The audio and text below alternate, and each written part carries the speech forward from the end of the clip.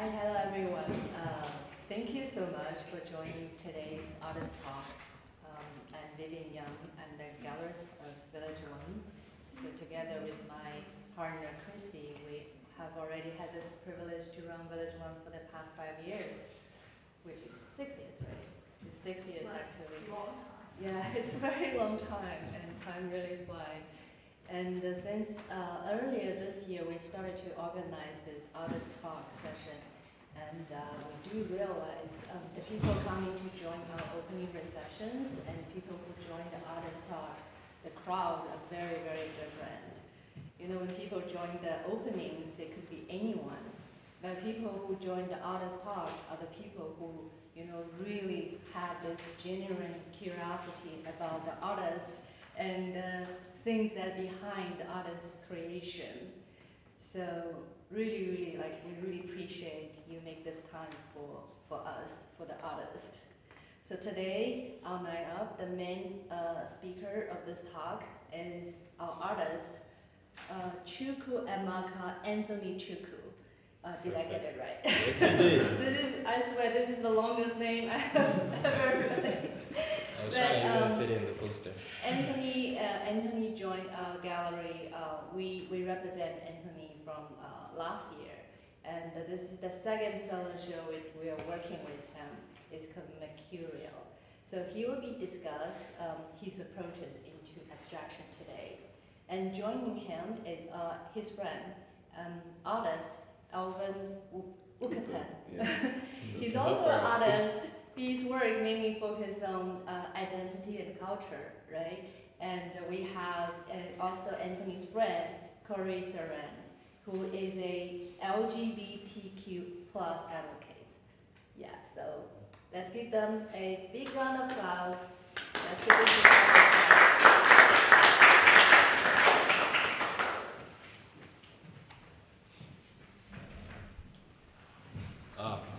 Okay.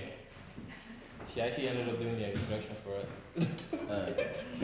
Good evening.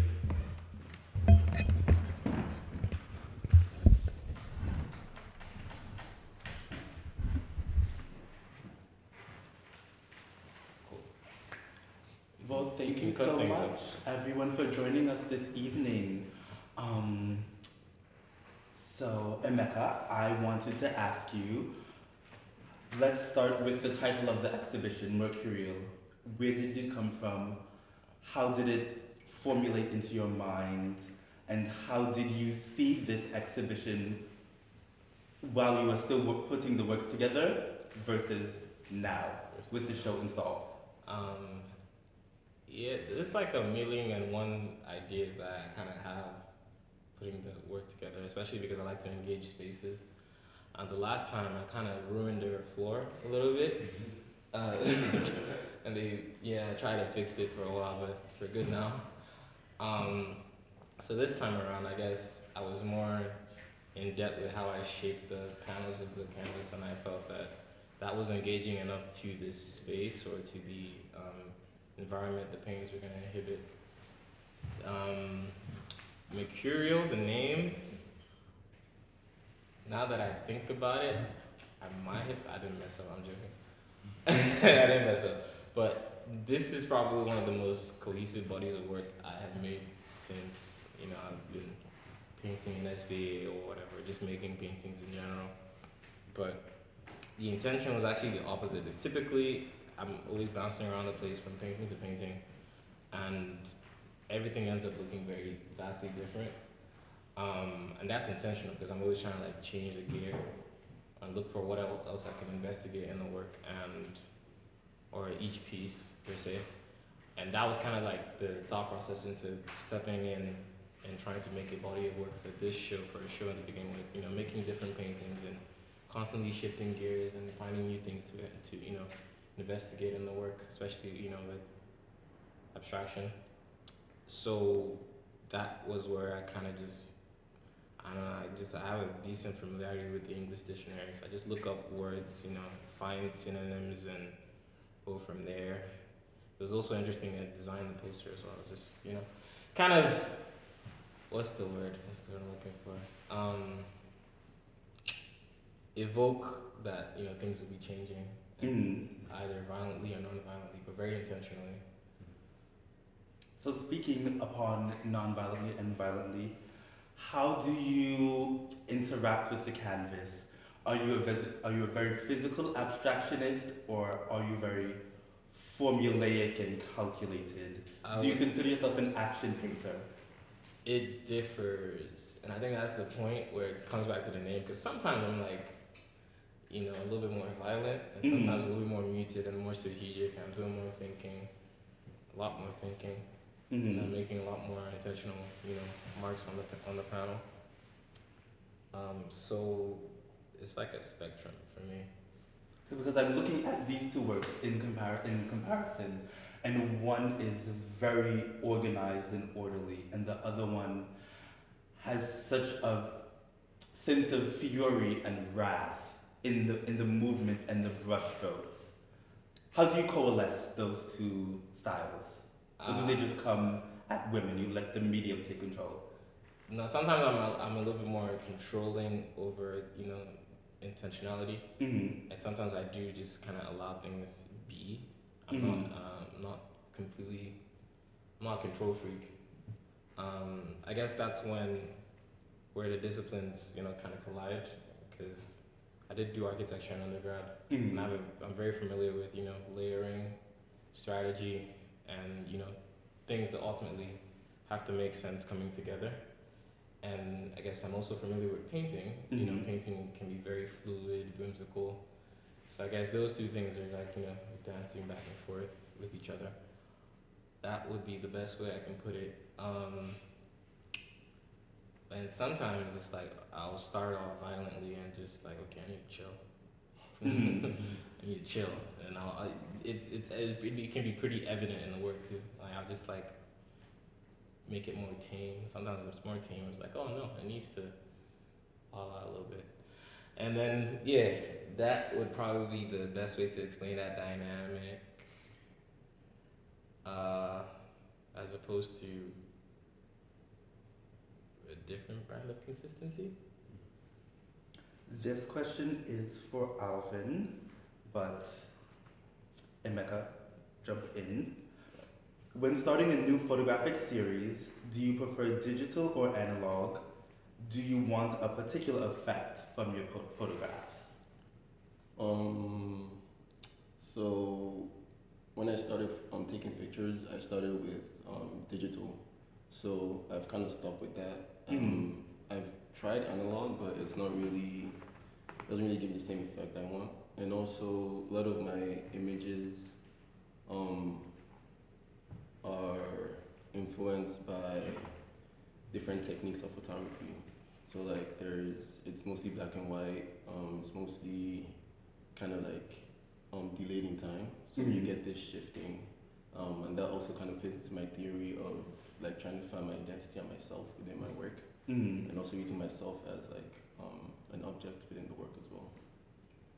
And to piggyback off of that, for Emeka, how do you see yourself interacting with the passage of time in your works? And do you consider cultural identity in each canvas or in a series? Wait, I had this one. First of all, that's a good way to put your work. Because I guess one thing that's it was on the nose too, but I never really wrong upon it. But it's like it's something that happens very often. You're capturing movement in real time in the pictures.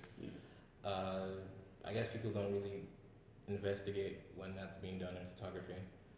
A lot of the time, now that I think about it, movement from my work can come from a lot of things, but I want to say it's generally it's layered and it's static. It's like, and more so something that is working around its environment, immediate environment. That's a lot of things, material wise, from the start to finish, what you're working on, what kind of paints you're using, what kind of techniques you're using, and what kind of marketing techniques and all that stuff you're using. I guess the most definitive way I capture movement, I I can be like a lot more intentional doing that with that one, for instance, where it's like a more obvious or more either violent or intentional gesture that I want to kind of be the focal point of the work, because it's like, okay, that sets the tone for the work, because in there it's like, okay, you're seeing that one, you're calling it a little bit more violent, and then it's like that gesture that makes that the focal point, and gives it that description. Whereas the other ones are push and pull, like nothing is really trying to stand out too much, even though they do. It's like a calculated layer, or just, you know, juxtaposition that makes that happen, as opposed to capturing movement actively. Okay. Just piggybacking on that, I think your architectural shows in your work, especially in that painting, the way you play with like the scale and space and gives it like that depth. It's really interesting, and it's evident in a lot of your other works too. Fair enough. That one I was actually thinking about Formula One when I made it. I was watching a race when I made it, and I was like, oh, there's levels to this stuff. Podium. So yeah, so a little bit of, you know, influences come and go like that. It can be like subtle, it can be more general. But they help to kind of find playful. They help to kind of, you know, define language I'm using for the work. So have you found a concise visual language as of yet? If so, what is it? I'm gonna get in trouble for this answer. No, this is an open No, I'm space. joking. No. Speak your truth. The truth, it's back and forth. It's back and forth. Sometimes I feel like I have, but sometimes I'm like, it feels volatile. It feels like it's gonna change in like next couple of shows again. But I guess in a good way, not in a drastic change. Like I'm trying to, you know, draw like very strong influence from any other place, but because I want to innovate, what can come next from there. So that would be why I wouldn't really define it as like concise. I mean, thankfully, like one of the things I like to ask people if they're interested in my work is if they feel like it's coming from me, if they recognize it from me, and a lot of the time it's a yes, which is good. So something right is being done there, and it's concise in that manner. But I want it to be concise, but I also want it to better itself. But that's, you know, that's done by itself. That nobody else can really, you know, determine what direction is, you know, better, except for me. I guess for me, it's before, you know, the work was a little bit more detailed, and I did have like a fear that, okay, that would be a little bit more appreciated, because, you know, the time it's taken to work is evident in work, and that gets appreciated. But at the same time, nowadays, I'm evoking that same time while managing to be more strategic and restrained. So I appreciate that's the direction I'm at right now.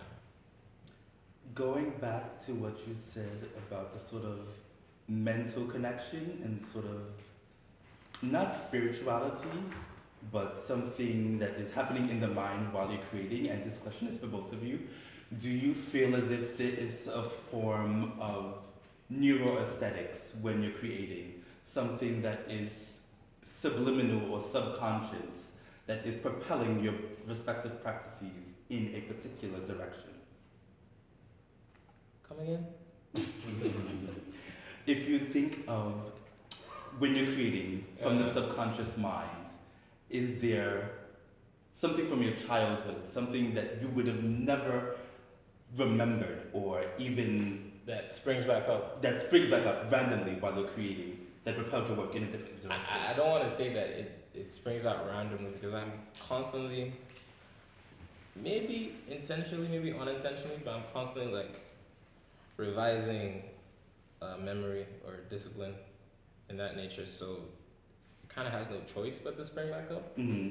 I remember during the pandemic, especially like going into SVA, into grad school, that was like a big informant for the work at the time. Going into grad school, before that year, it was lockdown, I think, 2020. I spent a lot of time on Call of Duty.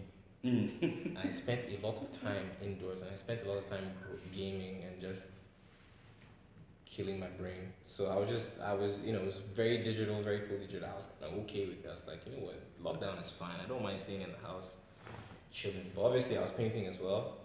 But I was painting more aggressively when I did get into grad school. So a lot of the work to start ended up being influenced by collage gaming and scenes and that sort of that sort of thing. Scenes of it, screenshots from my Twitch, which I'm not active on it as much anymore. But yeah, I was really into communicating that aspect of my life more audibly because I wanted to enjoy I wanted to seek the same kind of joy that I was finding at the time and doing that in the pandemic and being to myself and being very solitary in what I think was what I would like to be my main or what is my main career. This is what I do. I'm a painter. I went to grad school for it, so that's what I do. So I wanted to seek that same kind of similar joy in the paintings, and a lot of it then started to depict that kind of, those scenes from those games and stuff like that. And then after grad school, it's how do you go forward from here? Do you break things into simpler forms? I started making smaller paintings, right? The really small paintings, and they're very gestural. They're very color washes here and there, just testing out what works, what complements each other, what techniques to complement each other.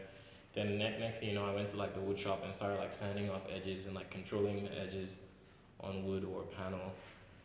So I guess breaking things down, being in more control of how I season the food, essentially.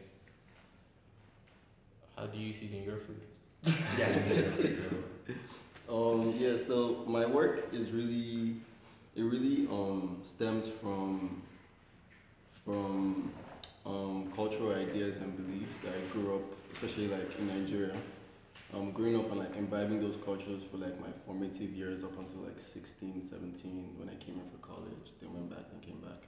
So I got to see two different worlds. And so when I'm creating my work, a lot of it is done in here.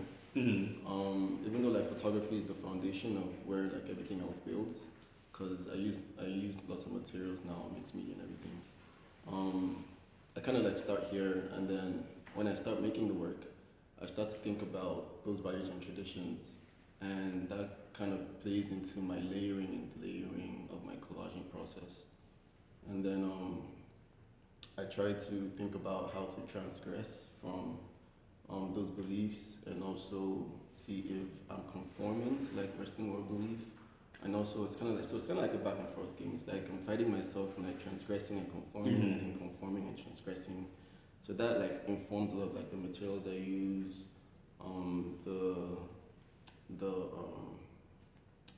what's it called? Skipping me. How I layer the work, what I'm trying to show, why I put this there, put this there, put this there. So all of that plays into the process. So it's very process driven for me.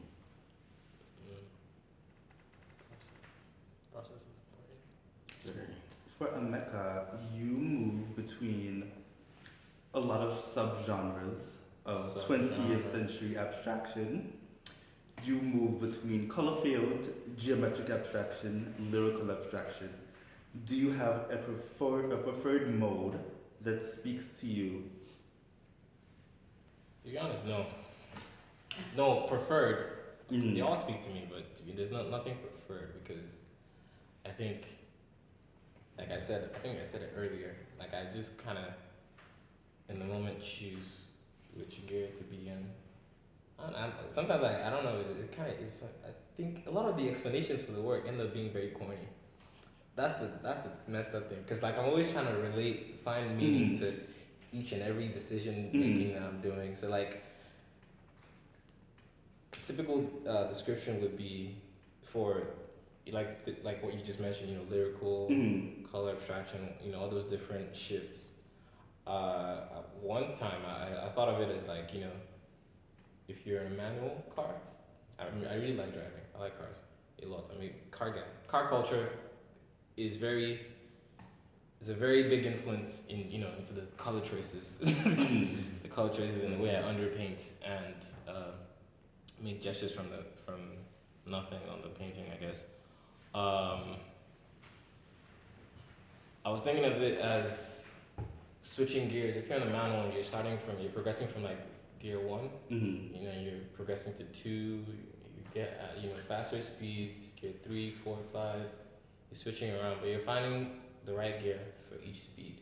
And sometimes you're in the wrong gear for the wrong speed. And then, fun things happen or violent things happen. You might crash, I don't know. But if you're in if you're standing still, like people do burnouts like this. If you're like standing still, you have like you're in gear 1 and you hit the gas really fast, you're going to spin your rear wheels because you shouldn't be having that much power going that slowly. And if you're in moving at 200 miles per hour and you're like in gear, you can't be in gear 2 because first of all, your trans is gonna blow up, and then your engine is it's kind of fighting itself. Things are not working cohesively anymore. And you might blow up your engine or your trans. You're gonna blow up something, or your flywheel or something. You're gonna blow up something. So, I don't know, the equipment or your body or your spirit will tell you or kind of guide you through the right decision makings as you are progressing through making the painting throughout the course of the journey. Thank you for that.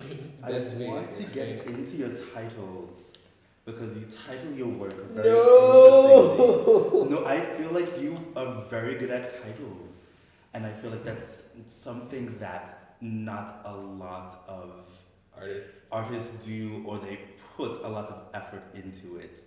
I put lots of effort into it, but I personally feel like I'm horrible at titles. So, okay, for example, the work behind me, Cream. Where did that title come from? Oh dear. I've heard the word preem before, but I was kind of trying to associate it to the word premium.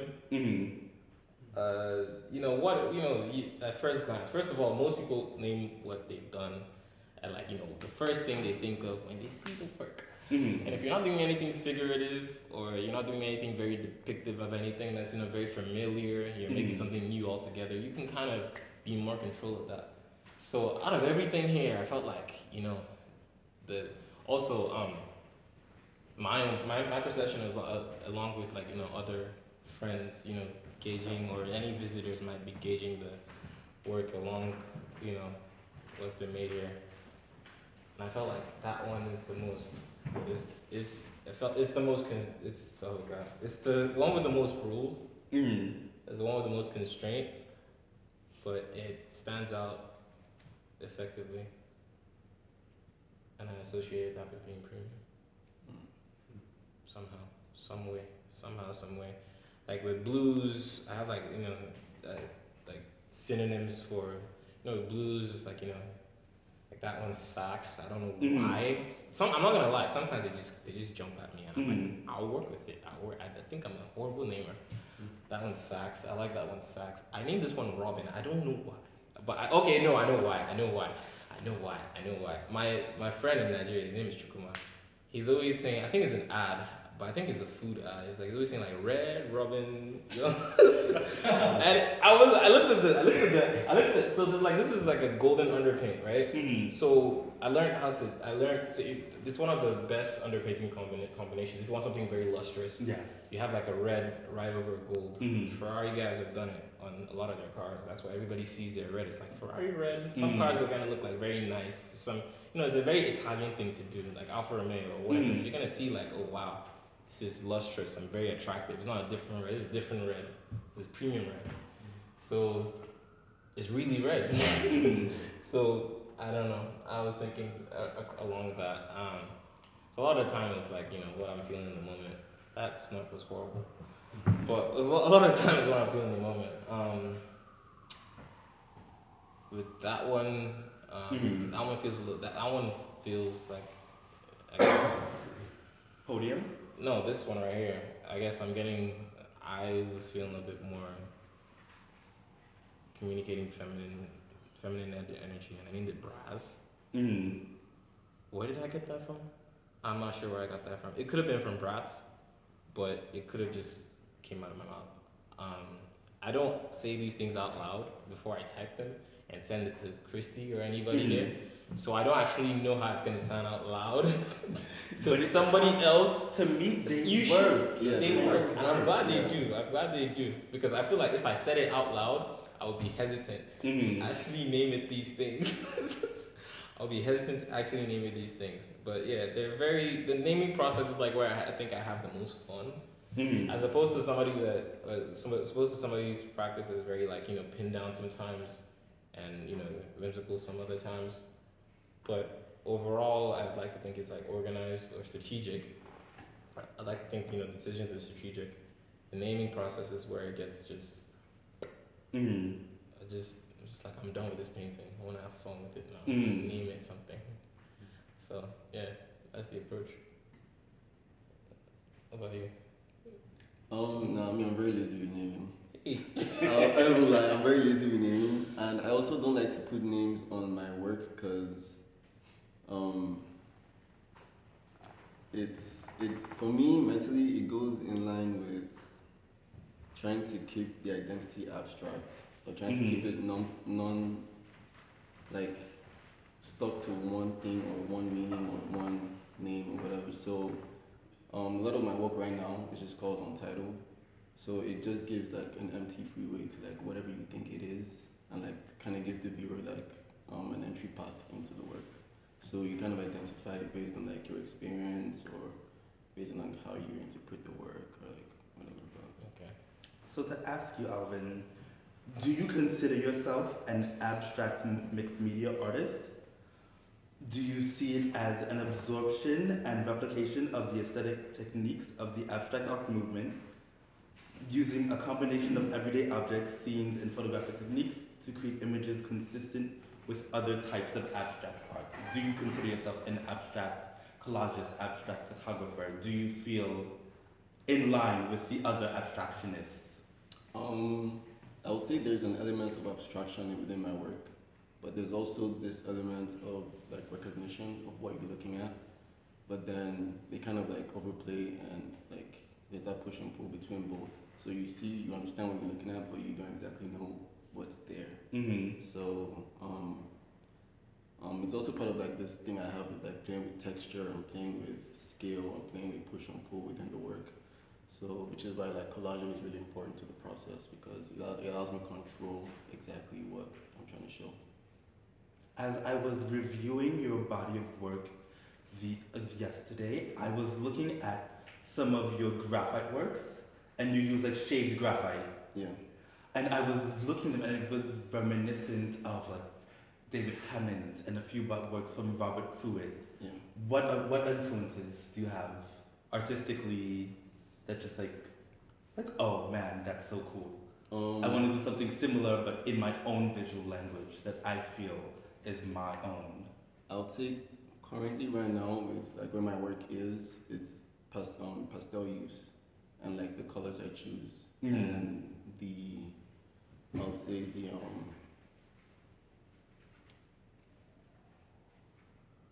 the way I use the pastel and how I show the pastel. So I use a lot of black, white, gray, brown, and maybe sometimes blue and red.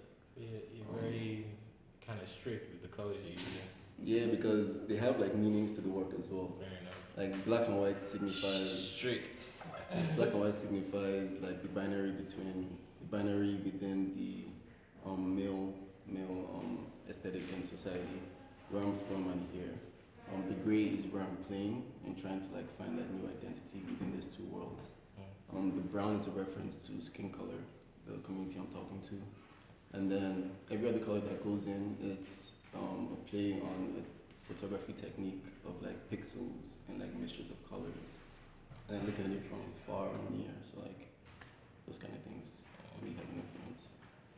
So as you two are friends and artists, do you see yourself collaborating? Do you influence each other? Do your practices, do you see, hey, I was doing that, I see you doing that now? is there any of the cross-pollination? Honestly, the day I met this guy, I was so happy because there's no offense to any SVA people, but like there's like what? There was like 2 black people in them. When I was in my room, it was me and Xavier, and that was it. And he's much older than me, so like there's not as much of a closer relation in that regard. But like I literally send this guy what I'm doing, while I was working for the show, just send him like what's being made. Sometimes I look at what he's making as well. I've come to the studio as well. So I guess you just, having that kind of relationship in close proximity is always helpful. Just similar, although like now that you're here, and I kind of figured it might happen now that you're here, it gives me more insight. Every time you speak about your work, it gives me more insight about all the things I'm doing differently. Because I am not strict with color. You can tell. I'm not strict. I keep buying different ones. I keep buying different mediums. I keep buying I have like gloss, matte medium. I've tried resin. I've tried mixing it in ultra matte medium. Sometimes mixes with gesso because it will change the texture of the actual paint. I've tried making it translucent. Because if you have enough gloss medium, if you have a big tub of gloss medium and you mix it with the paint, you get like 5% paint. And if it's consistent enough, you're kind of making like a glass film that you're not going to work with on a panel or canvas. So working with translucency, textures, reflections, iridescence. I have like pearlescent powder. Who has that? I don't know. Like I've been seeing all this and I'm just picking them up. It's like, okay, I like red. I have this. I don't know what the color is. It says interference powders, interference paints. I'm always trying different mixes with them, trying different underpainting techniques with them. Like recently, I'm very fascinated with like the way the orange helps us like a frame with like new work. It just helps like regulate things, ground them. Using them often. I think that's one of the like recognizable colors. Orange, yeah. But that's the thing. It wasn't always the color. Before it was actually the neon pink. That's my favorite color. I was treating it now like a gold. It's like okay, but technically I'm still doing that. But then the orange feels like okay, something more in the outskirts of the work, as opposed to treating the neons like a gold. Like I was using the tapes. I had like the neon. I found neon pink artist tape for the first time. I was like, this is heaven. And I was using tape the first time. So what happened was, if you're using tapes a lot to make lines, scripts, and everything, paint all that stuff, I would rip it off, and then I don't like wasting tape. I don't like wasting materials because I'm not gonna chuck it up and start pulling it. No. So when you make your line, I'll take it out and I'll stick it back on the panel on the kind of canvas. Like I'll stick it right back, and I'll use that as sometimes like a way to gauge what I've done so far. And sometimes, like before, I used to leave it on the panel. I'll just case it in like matte medium and just stay there as a permanent part of the work. A lot of those ones are still lasting. So I'm like, yeah, it's really permanent as long as it's sealed, it's finished, whatever. But then I started to mix it more and more often to really play with it. So yeah, college materials are strict. If I see it and it looks cool, there's like duct tape somewhere in there that I'll case it in. What else is there? There's gaffer's tape. I used to use gaffer's tape for my edges on like, wooden panels on the white edges because it was very clean edged. So I'll use the gaffer tape, seal it in and it'll diffuse the light. If you're hanging a painting on a darker background, helps. In one of the older shows I've done. So, yeah, man.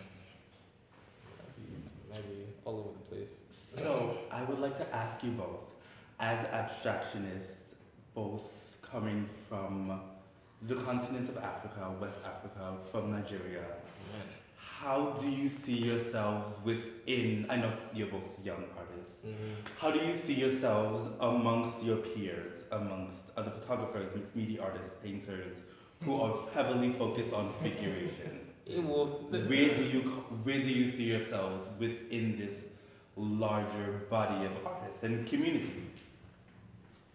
You want to go first? Yeah, because Give me some. I'll spin off you. I don't know what that's. I Because can't. I'm not like very like deep in abstraction. Yeah, the thing is, I don't even have an answer, but I have like some things some things to talk about when like I hear that general dialogue, because everybody is always doing like all the painters out of Africa right now, and I don't mean any shade or anything, but a lot of them are doing strictly figurative paintings, and I feel like it's recognizable, Yeah. but I'm not a big fan of it because it doesn't feel like there's room for innovation from there. It's like, what's the next step? Like, okay, the next couple, if you increase the size, make it huge, make it small, it's all going to look very similar to one another, and you're not really doing anything differently. So it doesn't really fascinate me, even though they're amazing paintings.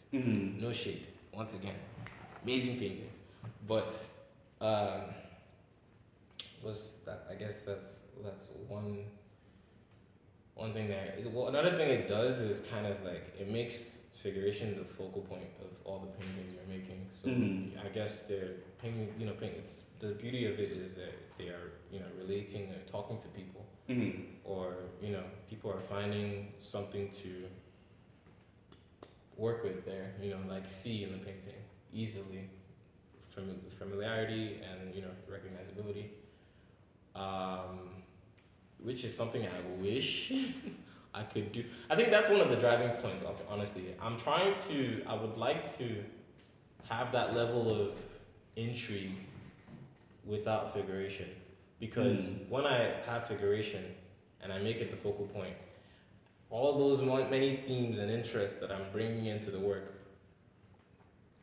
it centers the person, it centers people. And that's not necessarily the case, if you get what I mean. I'm not trying to... The figure commands the canvas. Yeah, it will command the painting, it will command the environment of the painting, it will command everything that goes on, the space, whatever. But it's a very powerful element you cannot escape once it's added. Even like before, when I put like a car in it will command it, because it's because of its familiarity and its recognizability. It will command that painting.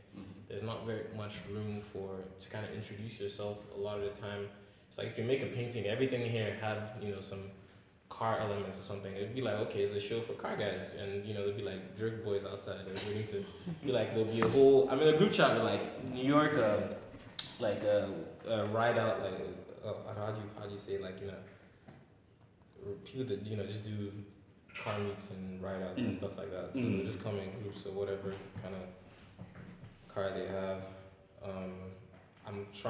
I keep telling myself that I would like to use my work or push it further out from just painting and do more with it, like I guess design on the cars and other stuff that just to use agents of what's inspiring the work to amplify it. Like if I could paint like this on the car, it'd be really cool.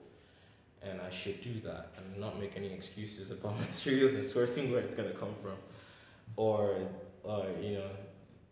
engaging it digitally. So be more direct with, being more inclusive with all the influences and stuff. But yeah, definitely with figuration, I don't want to, if I put it in, it's gonna command whatever I'm doing. It's gonna take center stage immediately, and I don't want that to be the case. That's funny because I feel like that's what naming my work is for me. Because there's already an element of figure in the work. So giving it more is like taken away from that like little... You like giving things breathing rooms. Yeah.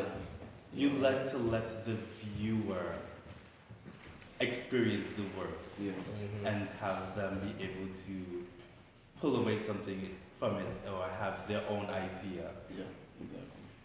Nobody's drinking his water. Do you, Emeka, do you feel like you paint with a particular viewer in mind, or you paint for yourself? Both. Strong 50-50. It's probably the most honest thing I've said today. Strong 50-50. Sometimes it tips to 60. And I'm genuinely trying to enjoy myself in the work. And I like to, like, people say, like, oh, you must, like, if you're speaking to, you're trying to socialize at random with, like, somebody that's studying law or nursing or whatever, and then, like, like, what do you do? And then you tell them you're unemployed. I'm not unemployed. I teach part-time. I think I'm an artist. Yeah, I'm an artist, yeah. So then that's the first thing you say. It's like, okay, I'm an artist. That's what the first thing you say. That it's like, oh, you must love what you do. No, unfortunately, I don't love what I do, but I don't hate what I do. I'm trying to. The whole process is me learning to love it, or me seeing the end of the tunnel that I will love what I'm doing, but like I'm in a trajectory or place where. Oh, what's the word? I mean, the timeline, or just I'm learning to love the work. Yeah. I'm learning to love the work, and I like the work. I like what it is, and I like that process. I'm in love with that process, but I wouldn't say I love what I'm doing in this very moment, which is interesting to say. But yeah. To ask you both, as you recent and still working on MFAs. Do you feel as if the institution has changed your practice, or were you able to stay true to your original artistic vision, or has the institution helped you to find and sort of clear out any side ideas that haven't worked? You wanna? I mean, you're still going. Yeah. So let us know. For me, it's changed like almost completely. Like when I got into the program, I was shooting street photography. It was very beautiful photography. A lot of colors, there's a lot of scenery, a lot of people. And you're surrounded by all these many artists. You just have to. Yeah, and then you get into art school, and because I'm not from an art background, I really started doing art in 2020, and starting with like photography. Although I've been in photography like since I was like 10, 12, but the trajectory from 2022 when I got into now, it's completely different. The way I talk about art is different. The way I think about what I'm doing, the process and everything. So it's really driven by a lot of my peers, because there's like a silent competition within the class. Like, I mean, everyone makes it seem like everyone's just doing their work, but there's like a silent competition, like who's gonna come out the best, who did the best, blah blah. But then there is no best. But it's just like you want to impress your peers. That's the word. Yeah, you don't. It's not have like the transformative work. Yeah, it's not even like competitive. You just want you're in the midst of other people that are doing what you're doing. In my classes. Exactly. Okay, you guys are vexing for each other. Photography is very competitive. You guys have small. You guys are crazy. My own is a different case entirely. I think the first time I walked in, I was very enthusiastic, man. Like my grad school experience is done now, thank God. But it was like this swim. First time I was super enthusiastic. I was like, I'm just going to paint. And I was doing that, but then at the time, I was just in the studio and I was just like, what am I doing here? I was tired. I didn't know what, I was stuck. Because I think first semester, amazing. Second semester, why am I here? Why am I spending thousands of dollars here? Third semester, you just not just like you're tired, but you make the work regardless. But you're just like, I don't want to be here no more. Fourth semester, back full throttle. I was like, cool, I'm back. But I think what happened during that trajectory was that I lost it. Okay, no, I didn't lose it. I was doing a lot of re-imaginating myself. I was doing a lot of reinventing. Because like I said, straight from COVID, I was like, okay, what do I want to communicate in the work? Do I want to be very in on gaming? Or do I want to be very in on architecture? And I think now I'm at a point now where I've broken everything down as simply as possible, and I let those polarizing influences take over when I need to. I'm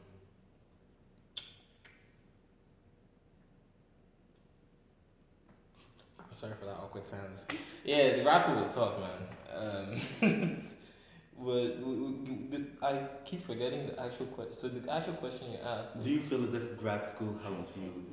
Transform the work. Yeah, definitely. Just in general, being in proximity with any fellow artists or professionals in the field that are teaching. That's what grad school is. You get people that have more experience than you, older than you, exhibiting artists, professionals, and they're critiquing your work, speaking to you about their work, showing you their work, and explaining in depth, so you kind of get a better understanding. I definitely couldn't talk about my work like this 2-3 years ago. It's not possible. I'm not even sure if I'm doing it well, but I hope I am.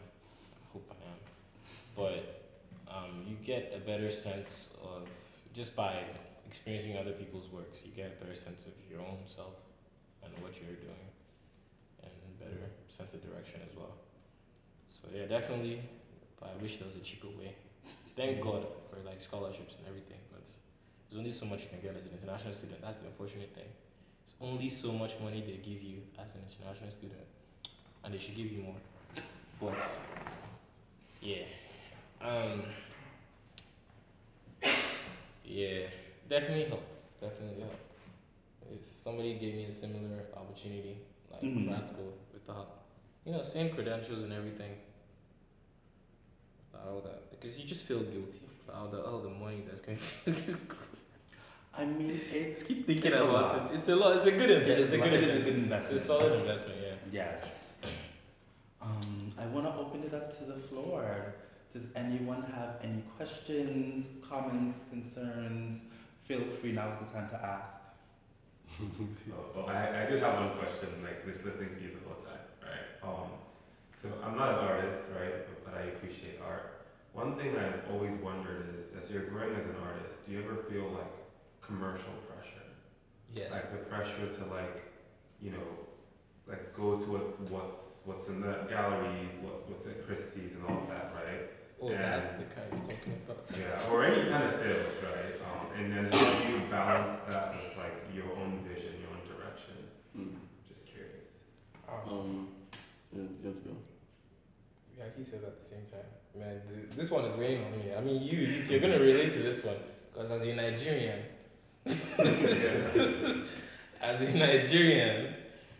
trying to do, I think my dad coming for the opening and doing buddy with me is not something that I would have ever seen in a billion years, 8 years ago. And 8 years is literally how long it has taken for him to be he's not at peace yet until this whole thing sells out. Pray, but he's not at peace yet. He's never gonna be at peace. Even if he does, he might never be at peace with it. It's just not his nature. So that's literally how long it's taken to get to this point where he can actually at least appreciate what I'm doing. I'm also the firstborn in my household, and I'm Igbo. Man, commercially, the pressure is coming from doing something else all the time. If you're doing the right thing with your life. I remember one time I went to, because I go to my village in December every most years. I mean, after COVID happened, it just regressed. The breaks were pumped. I go all the time. I went to Micah for undergrad, and I did architecture in undergrad in Baltimore. One thing that influenced that decision. So I got there initially okay, I'm going to do art. No, I'm going to do art. Because you think, there's going to be there's going to be blowback with it. It's okay, if you fumble, it's I told you so, why did you go and waste your time with this rubbish? So there's always that pressure. You fumble, it's which grace period do you have? You wasted money, no. So that, I think, it was after the very first foundation year, I went back home, and I was extended family. You see extended family around, and this one grown uncle, I can't remember his name, because I think it's just something my dad knew, closely. I was still around 18, 19 at the time, and my dad told him that I'm in college now. The schooling in the US, I'm in college now. Big talk. It's hey, boy, how you doing? What are you doing in school? I said art. This man paused for a good year and a half. He didn't say anything, just silence. And architecture. Hey! Yeah.